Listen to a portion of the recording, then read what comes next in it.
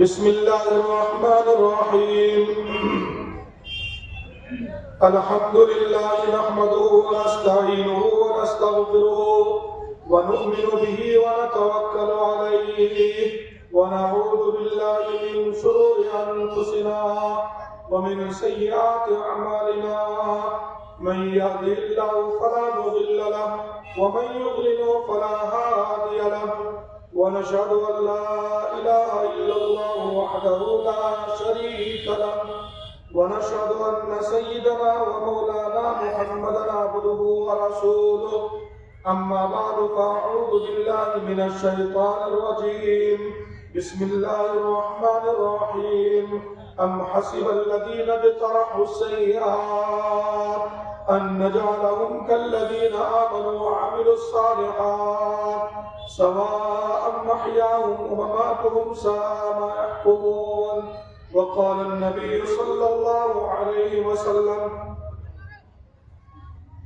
مثلي ومثلكم كمثل رجل أوقد نارا فجعل الجنادب والفراش يقعن فيها وهو يجبهن عنها وأنا آخذ بحجزكم عن النار وأنتم تفلتون من يدي أو كما قال عليه الصلاة والسلام صدق الله العظيم وصدق رسوله النبي الكريم ونحن على ذلك لمن الشاهدين والشاكرين والحمد لله رب العالمين اللهم صل على سيدنا ومولانا محمد النبي الأمي وعلى آله وصحبه وسلم تسليما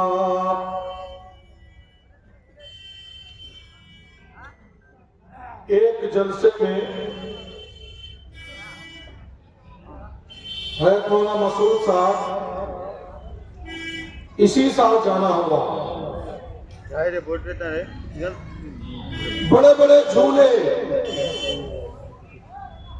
بڑے بڑے تماشے لوگوں نے لگا رکھے ہیں اسی جھولے کے چکر میں جلسہ شروع ہونے سے ایک دن پہلے اچانک ایک لڑکے کی موت ہو گئی بڑے حالات آئے جلسے پر بڑی مشکل سے بھی دروازے کھلے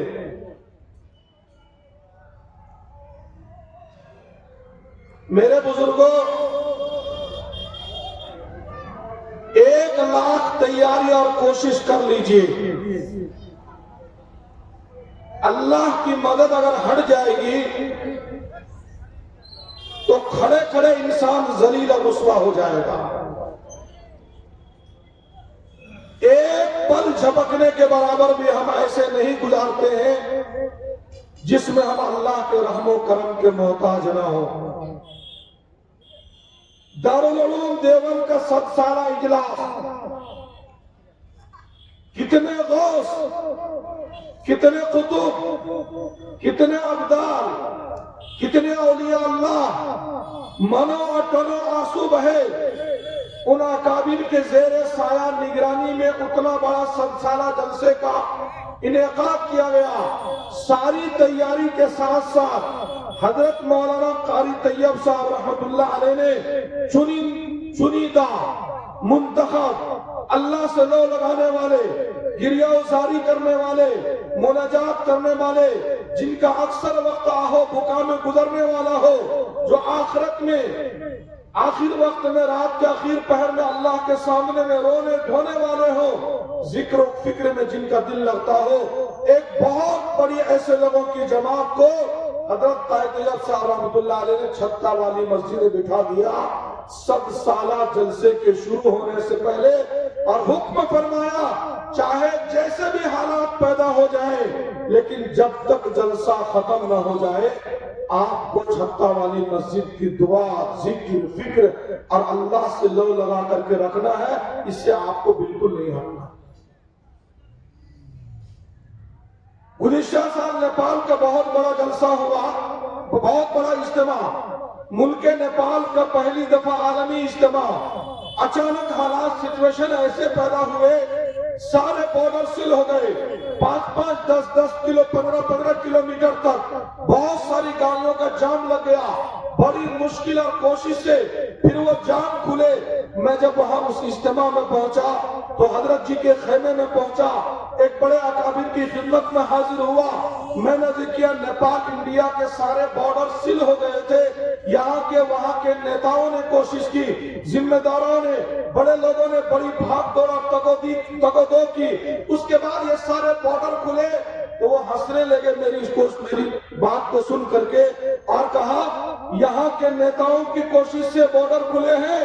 ارے جس وقت حضرت جی کا قافلہ یہاں پر پہنچا اور معلوم ہوا کہ سارے بارڈر یہاں کے سیل ہو گئے، حضرت نے اسی وقت یہاں سے مکہ المکرمہ، سعودی عرب میں حجاز، مکہ المکرمہ کے کچھ ساتھیوں کو فون لگایا اور کہا کہ لگتا ہے کہ دعاؤں میں، کوشش میں، اللہ سے مانگنے میں کچھ کمی رہ گئی ہے، تم کچھ ساتھی مل کر کے پوری ایک جماعت بنا کر کے فوراً بیت اللہ میں جاؤ، زمزم کے پانی سے وضو کر کے، بیت اللہ کا طواف کر کے، مقام ابراہیم پر جا کر کے 2 رکعت نماز پڑھو، میزاب رحمت سے چمٹ کر کے اللہ کے در سے، اللہ کے گھر سے، اللہ کی چوکھٹ سے چمٹ کر کے اللہ سے کہو کہ سارے بارڈر تو کھلوا دے، وہاں سے کنیکشن جڑا ہے تب یہاں کے بارڈر کھلے ہیں۔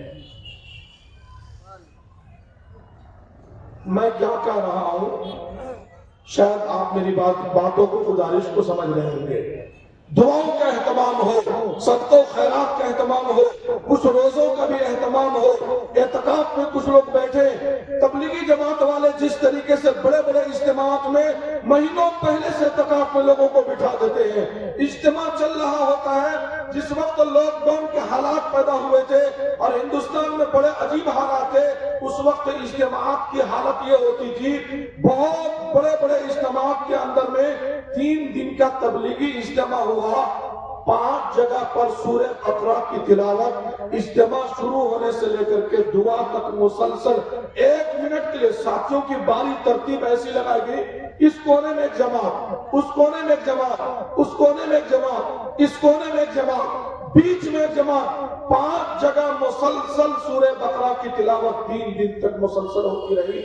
آج تک سنا کہ کروڑوں کا مجمع جمع ہوا ہو، ایک کے ساتھ تبلیغی جماعت میں کسی کا حادثہ ہو گیا۔ وہ اللہ سے لو لگا ہوتا ہے، اللہ سے تعلق جڑا ہوتا ہے، اللہ سے رشتہ مضبوط ہوتا ہے، تب جا کر کے وہ ساری کامیابی ملتی ہے۔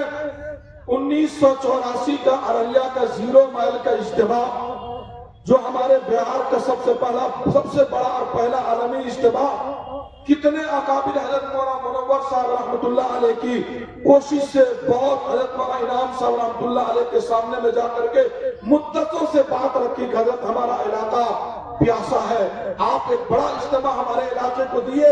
حضرت کی کوشش پر، حضرت کی لگن پر، حضرت کی کڑھن پر، حضرت کی فکر پر، حضرت کی تگودو پر، بڑے حضرت مولانا انعام صاحب رحمۃ اللہ علیہ نے وہ ارریہ 0 مائل کا 1984 کا اجتماع دیا۔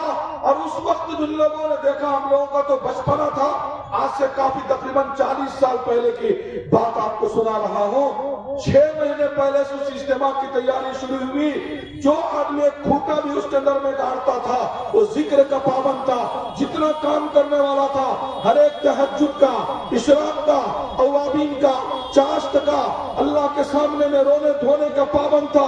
ایک آدمی رسی باندھتا تھا، زبان پر ذکر جاری تھا، بانس لے کر کے آتا تھا، زبان پر ذکر جاری تھا، وہ بانس کو پھاڑتا تھا، زبان پر ذکر جاری تھا، کھانا بناتا تھا، ذکر کے اہتمام کے ساتھ۔ پورا 6 مہینے نورانی ماحول میں اس اجتماع کی تیاری کی گئی۔ اجتماع الحمدللہ اپنے متعینہ وقت پر شروع ہوا۔ 3 دن کے بعد جب وہ اجتماع ختم ہوا، لوگ اپنے گھروں کو لوٹے۔ راستے میں ایک سادھو، ایک پنڈا، ایک بابا جی سے لوگوں کی ملاقات ہوئی۔ اس سادھو نے، اس پنڈت نے پوچھا کہ آپ لوگ کہاں سے آ رہے ہو؟ انہوں نے کہا ارریہ 0 مائل کے اجتماع سے آ رہا ہوں۔ آپ لوگوں نے 0 مائل کے اجتماع میں کیا دیکھا؟ کہا لاکھوں لوگ آئے، بیانات ہوئی، دعائیں ہوئی، تشکیل ہوئی، جماعتیں بنی، روانگی کی ہدایت ہوئے، اور لوگ اپنے اپنے گھروں کو اپنے اپنے رخ پر روانہ ہوئے۔ اس سادھو نے، اس پنڈت نے کہ الفضل ما شہدت بہ الاعداء، کمال وہ ہوتا جس کی دشمن بھی گواہی دے۔ اس نے پوچھا اس کے علاوہ آپ لوگوں نے کچھ نہیں دیکھا؟ کہا اس کے علاوہ ہم لوگوں نے کچھ نہیں دیکھا۔ اس سادھو نے کہا مجھ سے پوچھو میں نے عربیہ زیرو مائل کے اجتماع میں کیا دیکھا؟ کہا تم نے کیا دیکھا؟ اس نے کہا جب تمہارا وہ اجتماع شروع ہوا، وہ منچ، وہ اسٹیج، وہ تخت جہاں تمہارے اکابر دھرم گرو بیٹھے تھے، اجتماع شروع ہونے سے لے کر کے دعا تک 3 دن تک میں نے مسلسل دیکھا، اس اسٹیج سے لے کر کے آسمان تک ایک روشنی جل رہی تھی۔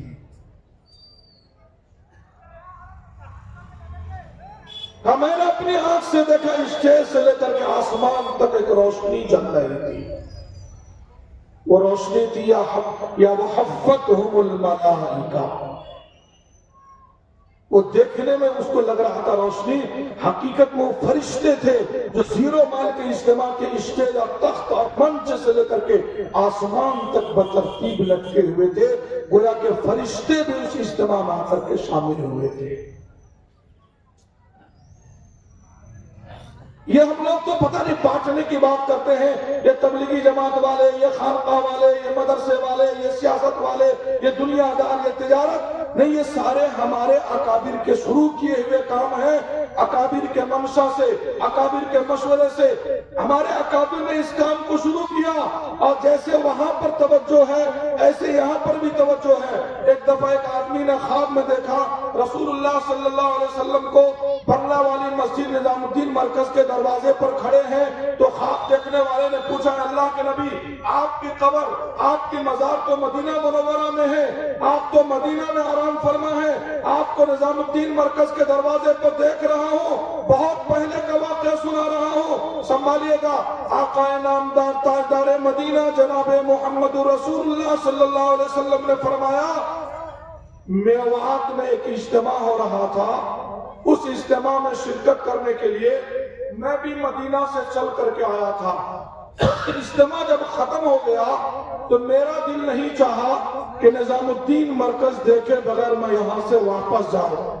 کسی کو اعتراض نہیں ہونا چاہیے کہ دارالعلوم دیوبند کے ترانے میں کہا گیا خود ساقی کوثر نے رکھی میں خانی کی بنیاد یہاں، خود ساقی کوثر نے رکھی میں خانی کی بنیاد یہاں، تاریخ مرتب کرتی ہے دیوانوں کی رضا یہاں۔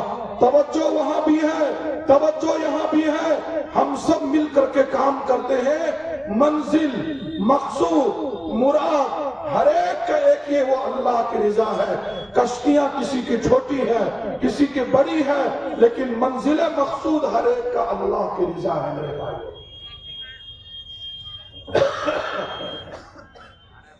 ایک بات انتظامی امور سے متعلق میں نے آپ کے سامنے میں عرض کی ہے، اب میں عنوان پہ آتا ہوں۔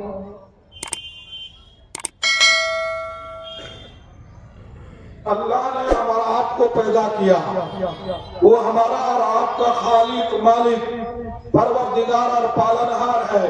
نظام عالم کو، جگ جہان کو بنانے، سجانے، بسانے، چلانے والا تنے تنہا ایک اللہ ہے۔ اس اللہ نے اس جگ جہان کو کیوں بنایا، کیوں سجایا؟ اللہ نے قرآن کریم کے 4 پارے میں خود فرمایا ان فی خلق السماوات، 7 آسمان کے پیدا کرنے میں، والارض، 7 زمین کے پیدا کرنے میں، واختلاف اللیل والنہار، رات اور دن کے عدلنے بدلنے میں، لآیات، بہت ساری نشانیاں اللہ نے رکھی ہے، لیکن نشانیاں لأولی الالباب، عقل والوں کے لیے اللہ نے رکھی ہے۔ عقل والے کون ہیں؟ اللہ اس کے رسول کی نگاہ میں الذین یذکرون اللہ قیاما، جو کھڑے کھڑے اللہ کو یاد کرتے ہیں، وقعودا، جو بیٹھے بیٹھے اللہ کو یاد کرتے ہیں، وعلی جنوبہم، جو لیٹے لیٹے اللہ کو یاد کرتے ہیں۔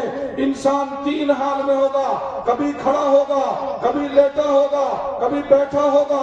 اللہ یہ فرمانا چاہتے ہیں جو انسان ہر حال میں اللہ کو یاد رکھنے والا ہو، ایسا انسان جب دھرتی اور آکاش کے نظام میں غور کرے گا تو خود بخود اس کی زبان سے بات نکلے گی، ربنا ما خلقت ھذا باطلا، اے ہمارے پروردگار تو نے اس نظام کو یوں ہی اور بیکار نہیں پیدا کیا، اس کے پیدا کرنے کے پیچھے اللہ کا مقصد یہ ہے کہ انسان اپنے خالق کو پہچان لے، اپنے مالک کو پہچان لے، اپنے پروردگار اور پالنہار کو پہچان لے کہ عزت کا مالک اللہ، ذلت کا مالک اللہ، صحت کا مالک اللہ، بیماری کا مالک اللہ، امیری کا مالک اللہ، غریبی کا مالک اللہ، زندگی کا مالک اللہ، موت کا مالک اللہ، سب کچھ دینے والا اللہ اور کچھ بھی نہیں دینے والا اللہ۔ چنانچہ اللہ نے خود اپنے کلام پاک میں ان باتوں کو بڑی تفصیل سے بیان کیے ہیں۔ اللہ فرماتا ہے للہ ملک السماوات والارض،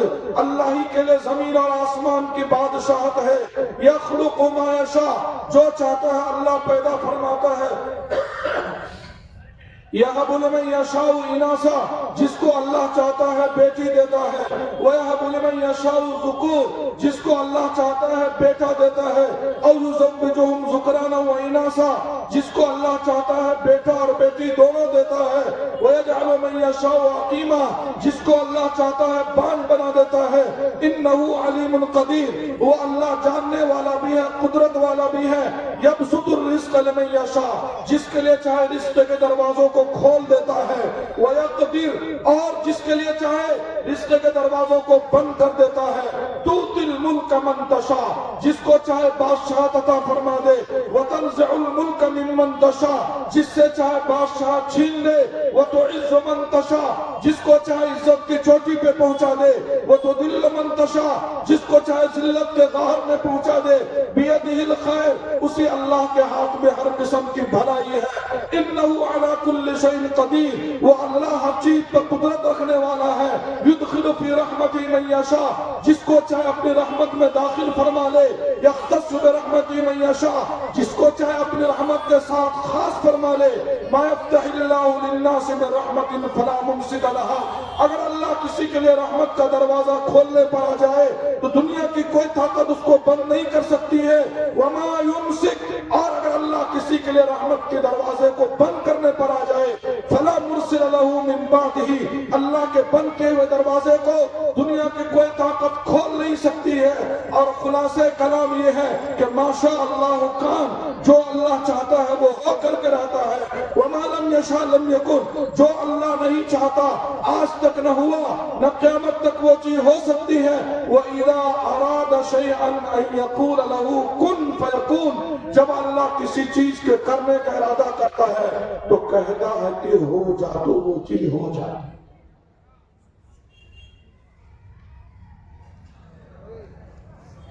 میرے بزرگوں،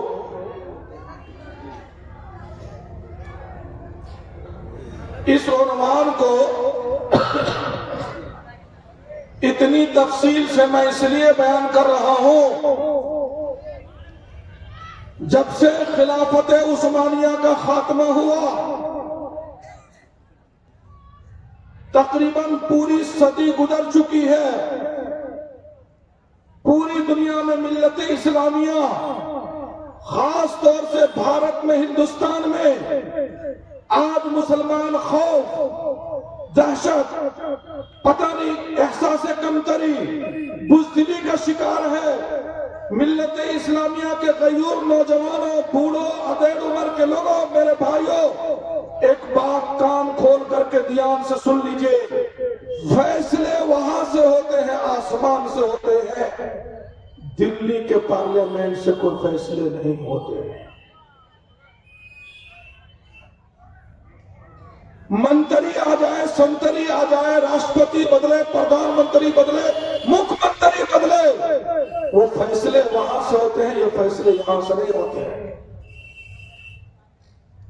اور یاد رکھیے گا، حالات کو بدلنے کے لیے اسی طریقے پر آنا پڑے گا جس طریقے کو بیان کر کے محمد رسول اللہ صلی اللہ علیہ وسلم دنیا سے چلے گئے کہ پورے دیش کو، کشمیر سے لے کر کے کنیا کماری تک، تمام روڈ ویز کو، تمام ہائی ویز کو، تمام لوپ لائن کو، تمام ریلویز کو، تمام ہائی ویز کو، سب کو جام کر دے مسلمان۔ اگر مسجدیں ویران ہوگی تو اللہ کی مدد نہیں آئے گی۔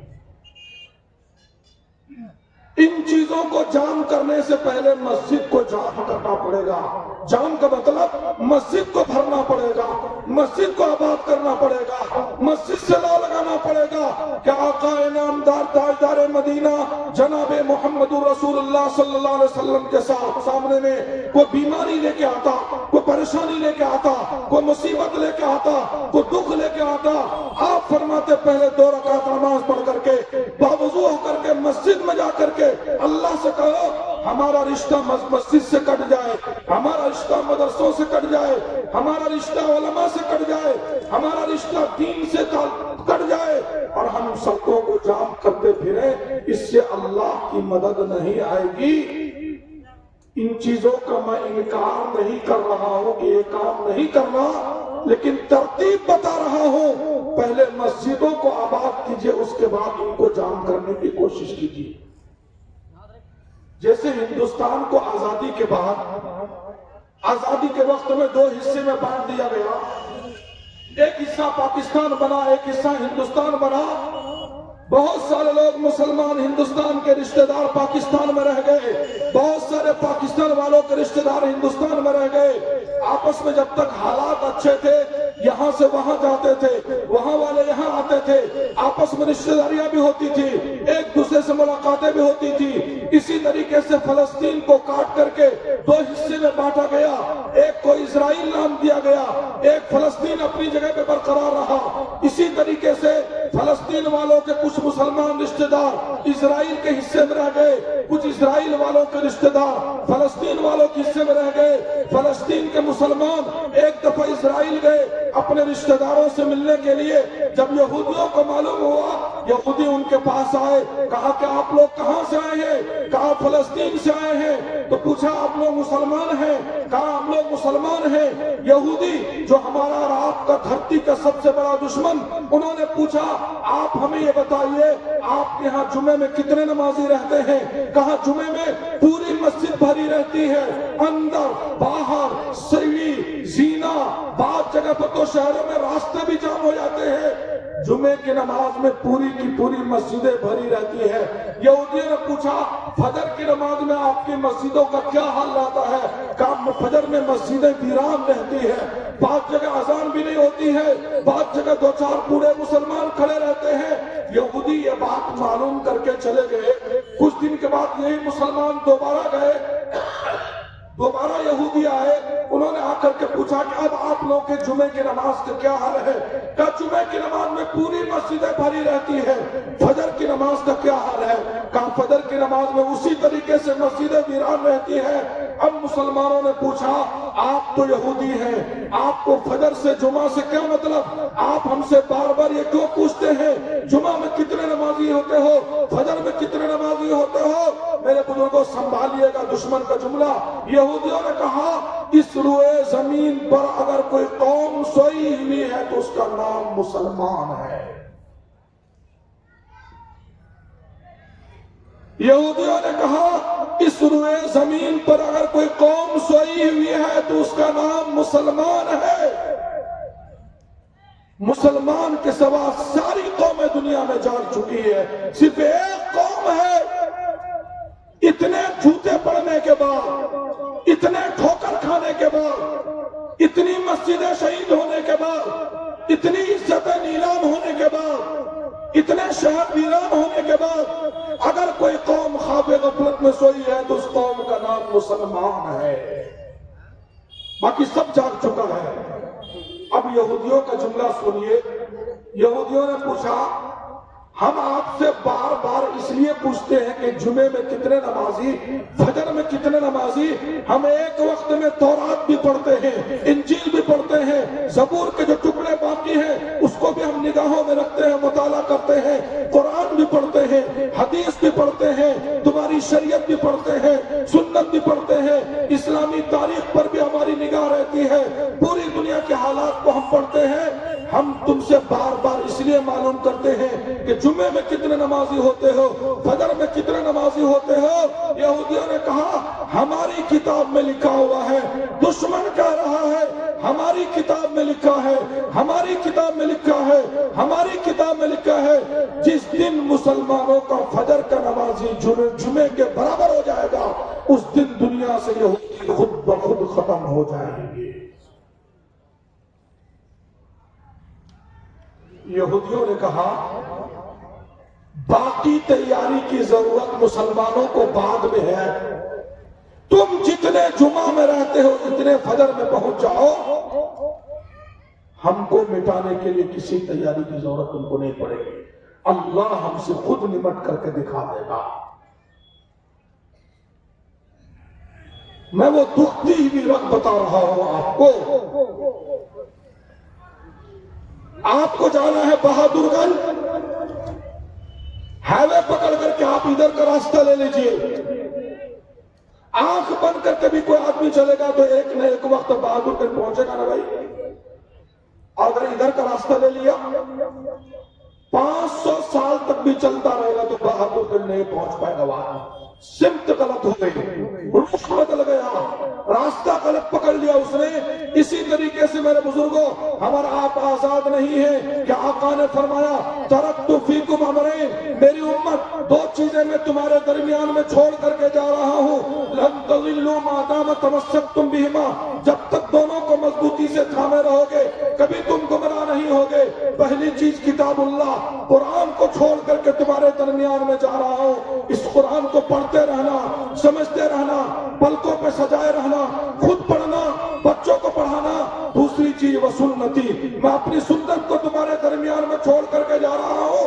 وہ دارالعلوم دیوبند کے ترانے میں کہا گیا ایک صنم خانہ ہے جہاں محمود بہت تیار ہوئے، ایک صنم خانہ ہے جہاں محمود بہت تیار ہوئے، وہ محمود جو دارالعلوم دیوبند کا پہلا طالب علم ہے، اس محمود جو چھتا والی مسجد کے صحن میں انار کے درخت کے نیچے میں جس نے پہلا سبق پڑھا تھا اور 50 سال تک دارالعلوم دیوبند میں مسند درس کو زینت بخشی اور ضرورت پڑنے پر ایک تحریک کے تحت یہ اس درس کو چھوڑ کر کے اپنے طلباء کو، اپنے شاگردوں کو، اپنے مریدین کو پوری دنیا میں ان کے جال بچھائے، اور 80 سال کی عمر میں جب ان کو کالا پانی کے جیل میں بند کیا گیا تو جب جیل سے نکل کر کے 80 سال کی عمر کے بوڑھا شخص باہر نکلا تو شیخ الہند رحمت اللہ علیہ نے فرمایا تھا اس وقت جو پوری دنیا میں مسلمان ذبح حالی کا شکار ہے، مسلمان تباہی بربادی کا شکار ہے،